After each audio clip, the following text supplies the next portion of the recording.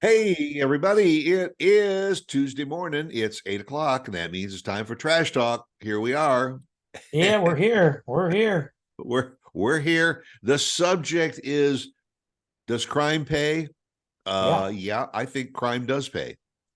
And we just started talking a little bit about all the things that you hear about, and you say that guy should be in jail, but he's not Yeah, because I guess you got to pick the right crime. That's what we should specify. well, that's true. I mean, there's plenty out there.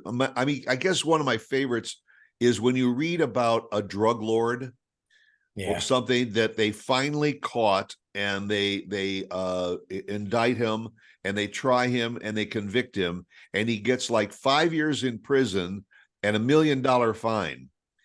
In the meantime, the guy's got probably 20 bank accounts on the Caymans and in Switzerland and everything filled with $1 billion worth. So he figures, hey, I'll sit back. Maybe I'll get a college degree while I'm sitting in the can. Yeah, And they get those big cartel. Well, like the biggest thing with the cartel guys is like they mostly will probably end up dead before going to well, jail, more than likely. But yeah, then you got those cartel guys where, I love watching those documentaries and stuff like that. So you got a cartel guy that's like, he lives somewhere in the mountains of blah, blah, blah, Mexico. We don't really know what he looks like. And he's been running this cartel for 40 years. And I'm like, bro, this dude's good. Like, he's going to retire and die. And maybe his life kind of is different because he can't leave that area. But who cares when you own a mountain? yeah. Why not just let him live on his mountain? At that, or like the mafia bosses, that there is very, very few mafia bosses that end up getting indicted because they got everybody else doing the job for them. Yeah, well, and then when it really started going downhill, they all started turning on each other, ratting on each other, and it was really, honestly, it was the younger generation. It wasn't the older generation Yeah, of the mob. It was the younger generation that started just couldn't handle it, and they started flipping and all that stuff. But yeah, yeah, think about it. Think about all the people we don't know that have gotten away with it. And then, the people we hear about on the news daily of something happened or CEOs of companies that were, they were sitting there insider trading or funneling money, and all they do is get a slap on the wrist. yeah. They get a slap on the wrist, or they get either a light sentence, a suspended sentence, or so because it was their first indictment. Yeah, they're first. Could you Yeah, imagine if I got indicted? yeah. There wouldn't be no slap on the wrist. You just wouldn't see. I'd be doing trash talk from like behind bars if they allowed me to. I'd literally have bars in front of me being like, "Well, today on trash talk, I'm going to make wine out of the toilet." Yeah. And you also notice how every time that they interview some of those guys that are behind the bars, none of them have ever committed that crime.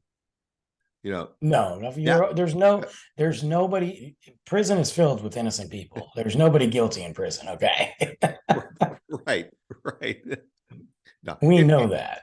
I really have a hard time with it because then you always hear about the guy who, he's got 4 kids and they are starving to death. And he goes down to the grocery store and he steals about 25, $30 worth of groceries to feed his family. And some entry level security guard or something catches him and Yeah, they charge him and put him away in jail. And now his family is worse off because he was just out trying to feed his family, while some other big magnet or something of a corporation is just absconded with billions, and he has a team of attorneys that plead the fifth.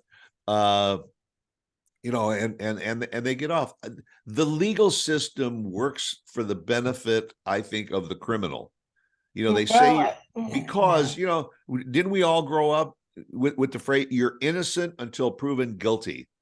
Yeah, I never believe that phrase No, because that's not the way it works. uh, y- People yeah, toss, people sit there and say the minute they hear something, I mean, think about it. I'll use this example and just one of the most recent examples when we talk about celebrities.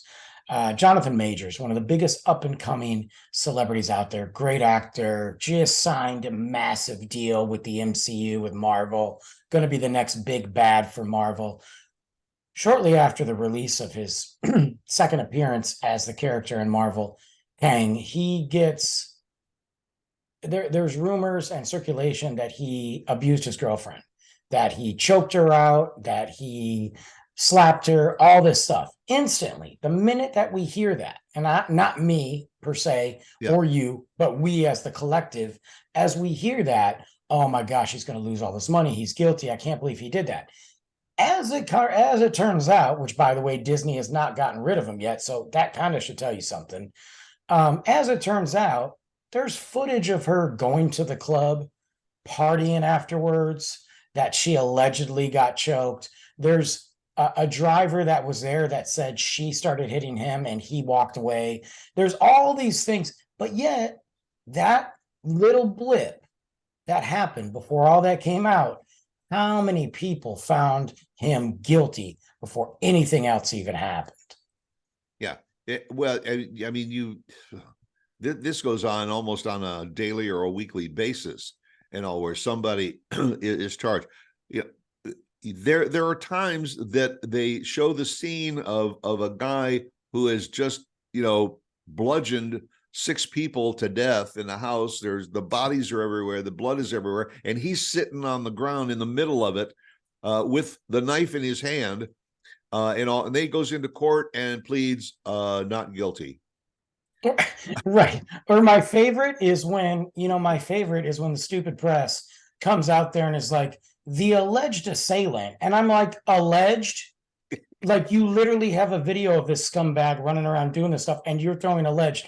They did that with 9/11. I'll never forget it. Right. The alleged terrorist. I'm like, bro, alleged? Can we stop? Okay. I can understand alleged before we had video cameras and cell phones to document everything instantly as it's happening. But, all of that instant, commentary and instant documentation. I mean, that kind of trumps I hate to use that word, but it kind of does trump the word alleged. Right. Or when they've literally got the guy in the background going, I did it. And they're like, the alleged assailant. I'm like, did you guys hear? No? Okay. Right. It's crazy though. It's wild how that happens. But I mean, it just, the system works for the benefit of the perpetrator. I mean, in the cases of there's been some cases, and I don't even want to mention the specifics, because it's not fair to the families and not fair to the guy that committed the crime.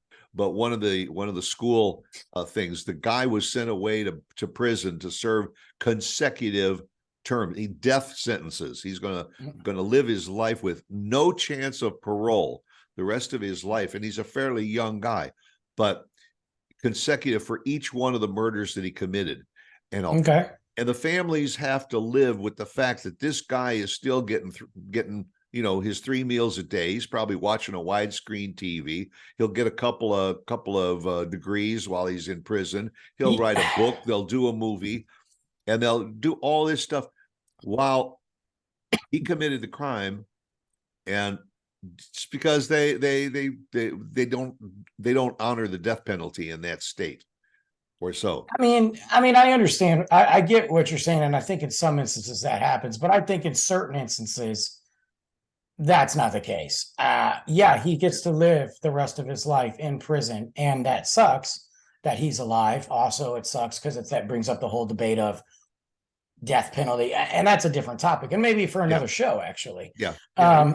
But the thing is, he's not going to have a good life in there. Most prisoners, there is a code, and that particular individual shot up a school, which kids were unalived. He's not going to do well in prison. they're probably going to keep prisoners don't like that stuff. You don't hurt kids in prison unless you're one of those guys, and they don't make it. So he's probably going to, honestly, him being alive in prison is probably a better punishment than him just getting the chair or lethal injection because of the torture he's about to go through, Well, in my yeah, opinion. yeah, and within a year or so, every once in a while, you'll get breaking news that he committed suicide. Yeah, look what happened. Yeah, committed suicide. Look what happened to Jeffrey Dahmer. They took care of him in prison. Yeah, yeah. You know.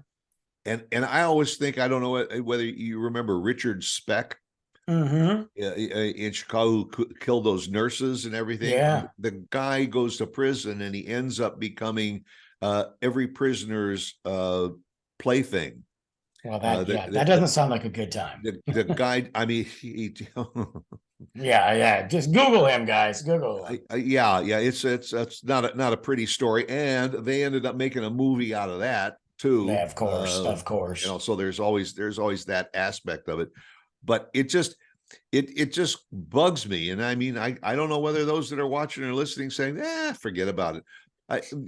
Even members of Congress, Well, there you when go. Now we're going somewhere. Now we're cooking. when they get caught red-handed doing stuff, lying, cheating, stealing, or all of the above, and there is no firm rule that says you just do the slightest thing, you lose your job.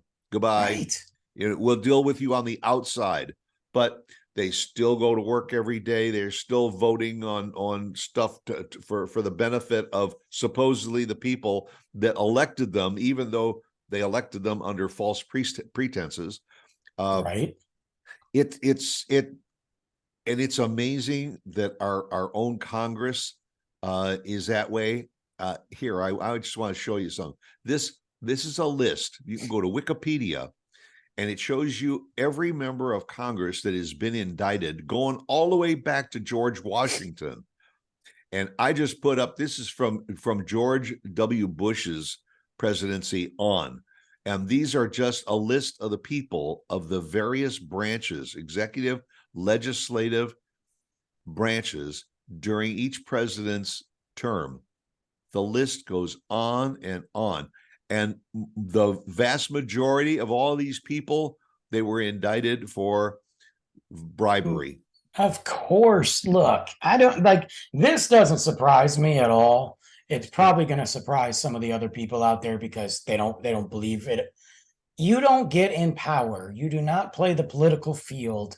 There's this small percentage of people that have played the political field without some sort of bribery and lies and deals. That's why it's corrupt. I mean, that's why going all the way back to George Washington, it is you put people in power and they become corrupt. And that's what happens. And just look at now. Let's just look at now. Everything that is circulating, the president, his family, the ex-president, candidates, Congress, there's some sort of corruption. What was that Matt Gaetz guy? Is that his name? Yeah. A creeper. He sits there and he sends Venmos to an underage girl. And then there's all these text messages. And what happened to him? Nothing. They did nothing. He's literally and he's still out there. He's still talking about the morals of society. Now, look, maybe there was. Look, I'm gonna play make believe for a second for the show.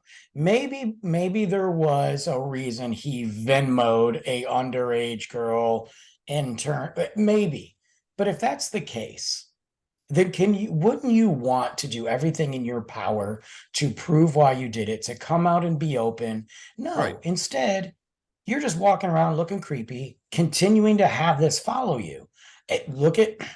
I mean, we already know Trump, so whatever. We already know the potential stuff with Biden. And I'm sorry, this is not a bash at Biden just because I don't like him. Look, you don't stay in office that long without doing something corrupt. He's done something corrupt. Let's be real, guys. Come on. You know, it's every president. But what about the other guy out there who's just getting money laundering? I can't remember his name because it's too early in the morning. Yeah, well, and I also think back of what Matt Gaetz is saying. Hey, I didn't do it. It's a witch hunt. That's the favorite. That's the word of the witch hunt. Everything is a witch hunt. But I didn't do it, and even though you can prove that I didn't do it. And then I think back to the time when Al Franken was approached. He was serving in Congress, and some girl had accused him of just inappropriate behavior. I think even when he was on Saturday Night Live, and then after, and I don't know whether it was they kicked his butt out of Congress, immediately. But I don't understand why there's a double standard too. There is. Look at Clarence Thomas, all that stuff that happened years and years ago. And I was young when that happened. I remember about it. And I remember them making fun of it on SNL back then. Yeah. But that was an issue, whether it was proven, whatever. But typically 9 times out of 10 where there's smoke, there's fire.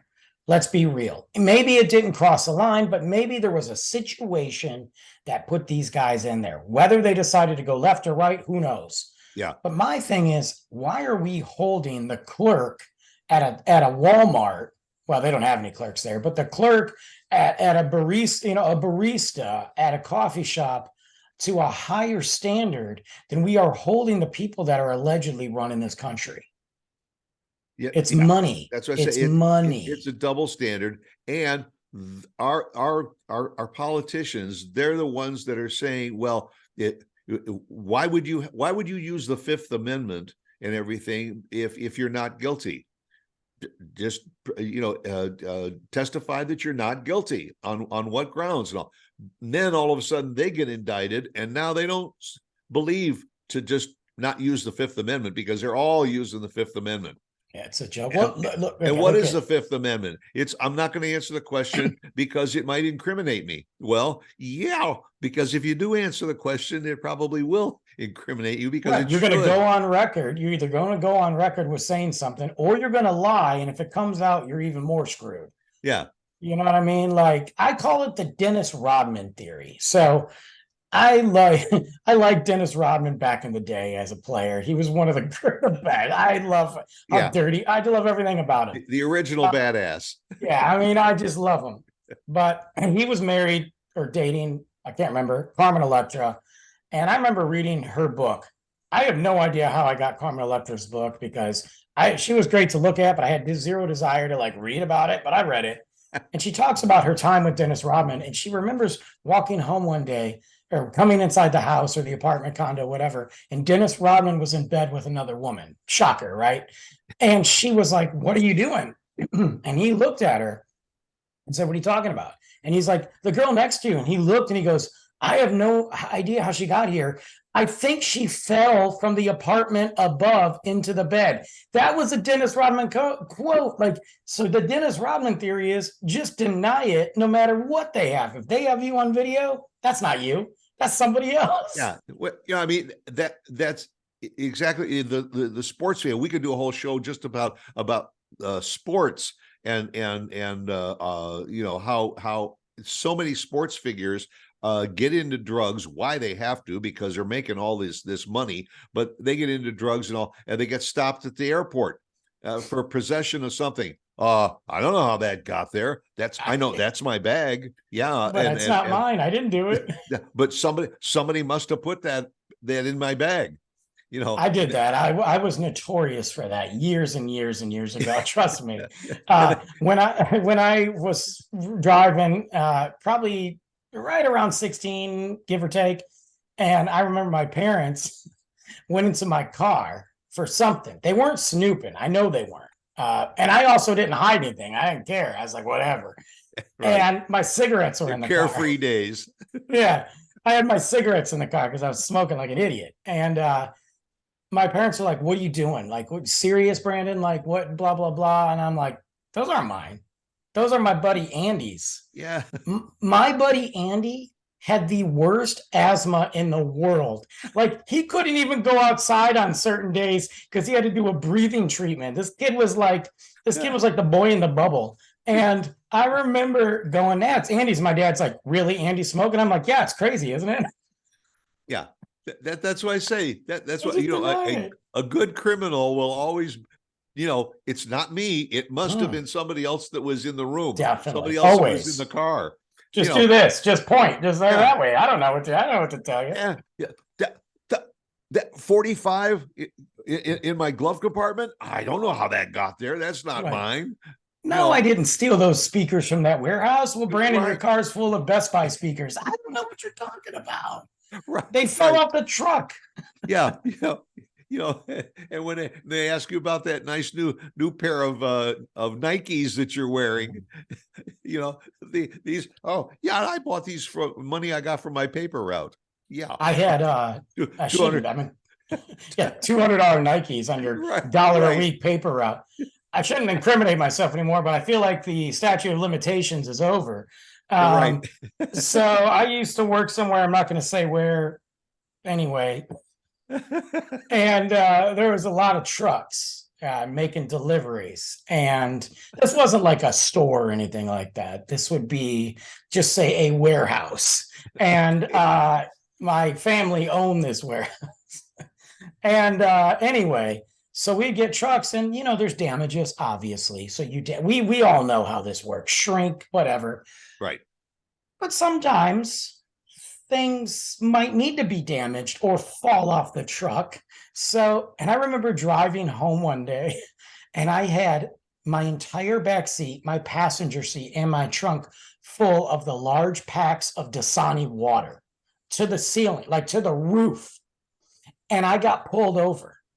I got pulled over because I was probably doing something stupid, like not like no turn signal or no seatbelt, something You dumb. couldn't see out your rearview mirror. I couldn't see out my window. I probably cut the guy off. And luckily I was in Detroit, and a lot of the cops in Detroit were just whatever at the time. So he pulled me over, our license, registration, blah, blah, blah, Brandon, whatever. And he looks in the back and he goes, "Are you going somewhere?" And I'm like, "Yeah, going home." And he's like, "You got a lot of water." I go, "Yeah, I buy it from my neighbors and my grandma because they're old." And I just drove, and I just, literally just took away. I mean, not that he could prove like, "Hey, you stole this," but he just kind of looked at me and was like, "Whatever." And I drove away, and I'm like, "What?"